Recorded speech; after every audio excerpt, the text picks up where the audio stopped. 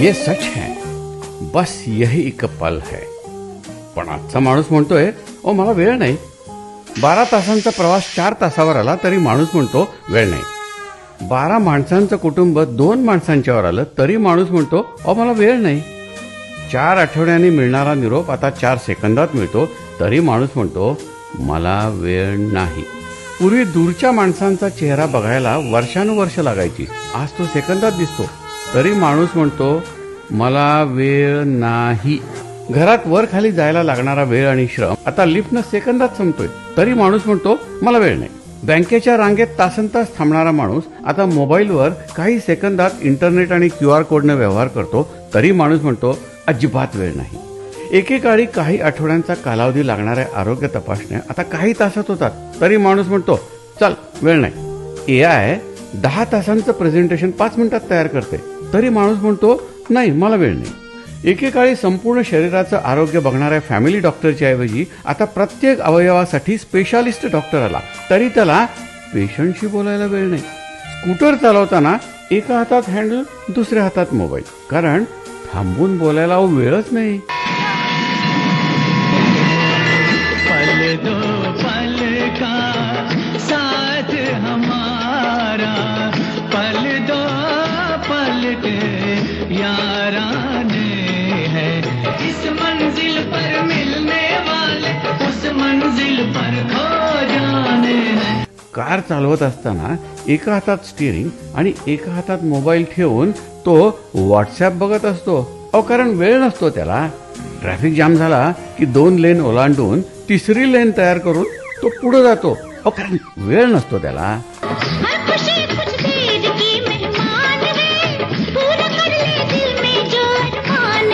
एकटा असला की तो निवांतच असतो, पण 4 माणसात बसला की तो अस्वस्थपणानं मोबाईल मध्ये बोट घालत बसतो. कारण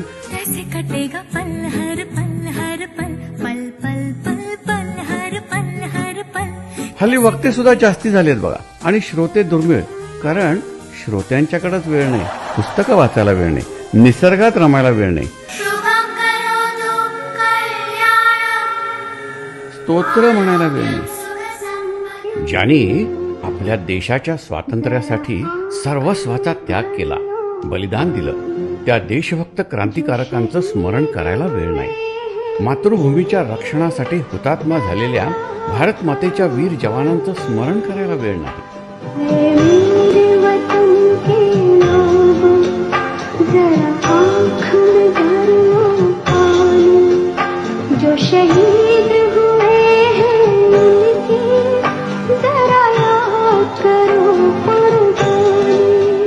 मैत्रीमध्ये मंदी आली आहे, नात्यामध्ये मंदी आली आहे. आल्या गेल्याचं स्वागत करायला वेळ नाही.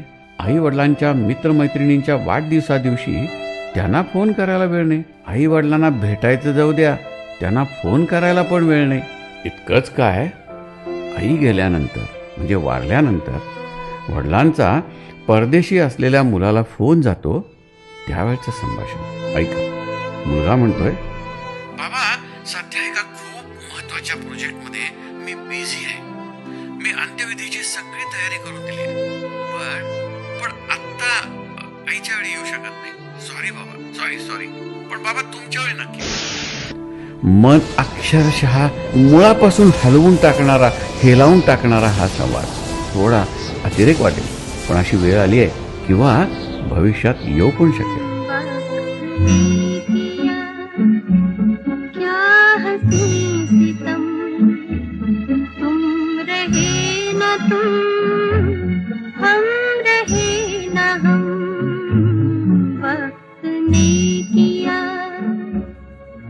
So the list is endless. पण 24 तासाचं गणित तर अजून तेवढंच आहे. मग वेळ नाही म्हणणारा माणूस वेळ का मारतोय, कुठं खर्च करतोय? अहो एक साधा प्रश्न, आपलं हृदय म्हणतं का की मला वेळ नाही, त्यामुळं मी टिकटिक करणार नाही. थांबलं तर काय होईल बघा.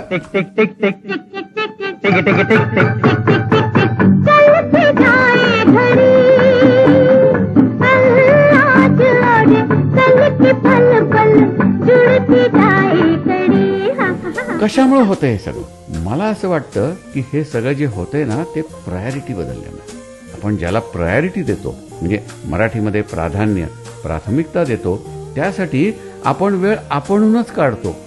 आता बघा, एका बाजूला पूर्वी ज्यांनी आपलं पालन पोषण केलं, ज्यांनी आपल्याला सांभाळलं, मोठं केलं, अशी नाती आता उपयोग नसल्यामुळं प्रायोरिटी या व्याख्येत नाही, त्यांना रोल नाही, त्यांना स्क्रिप्ट नाही. म्हणतात ना, गरज सरो वैद्य मरो. समय की धारा में, समय की धारा में उम्र बह जानी है.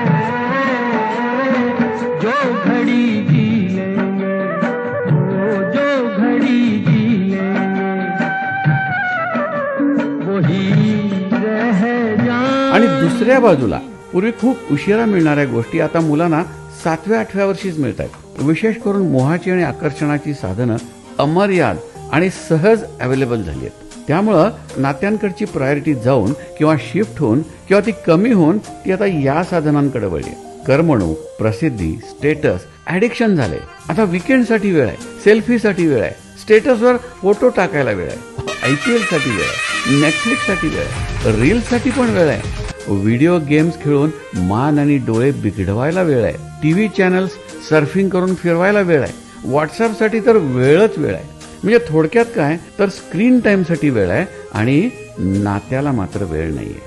आणि बघा, नवीन पिढीला का दोष द्यायचा, जुनी पिढी पण थोडीफार तशीच झाली आहे. मान्य आहे ना. पण मग होतं काय की इकडं वेळ घालवता घालवता एक दिवस वेळच निघून जाते.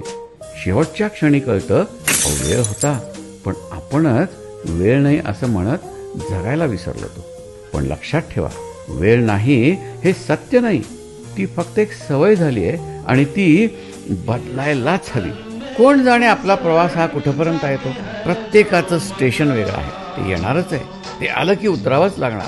म्हणून जोपर्यंत प्रवास आपला चालू आहे त्या प्रवासात मनातल्या सगळ्या तक्रारींना काढून टाकू. माहीत नाही परत आपण कधी, कुठं आणि कसं भेटू. आता बघा, ह्यावर एक गमतीशीर उपाय बघा पडतोय का. Power cuts are the only time that the whole family comes together and members speak to each other, as Wi-Fi also remains off. So, connecting people by disconnecting power and Wi-Fi. विजेचा लपंडाव सुरू झाला ना की नात्यांची शोधाशोध सुरू होते. जीवन के दिन छोटे सही, हम भी बड़े दिल वाले, कल की हमें फुर्सत कहाँ, वेळ ही वाळूप्रमाण आहे जी हातातून निसटून जाते. वेळेला पकडून ठेवायचं का निसटू द्यायचं हे आपल्या हातात असते. वेळेचं गणित ज्याला जमलं तो आयुष्यात सर्वात सुखी, समाधानी आणि यशस्वी झालेला असतो.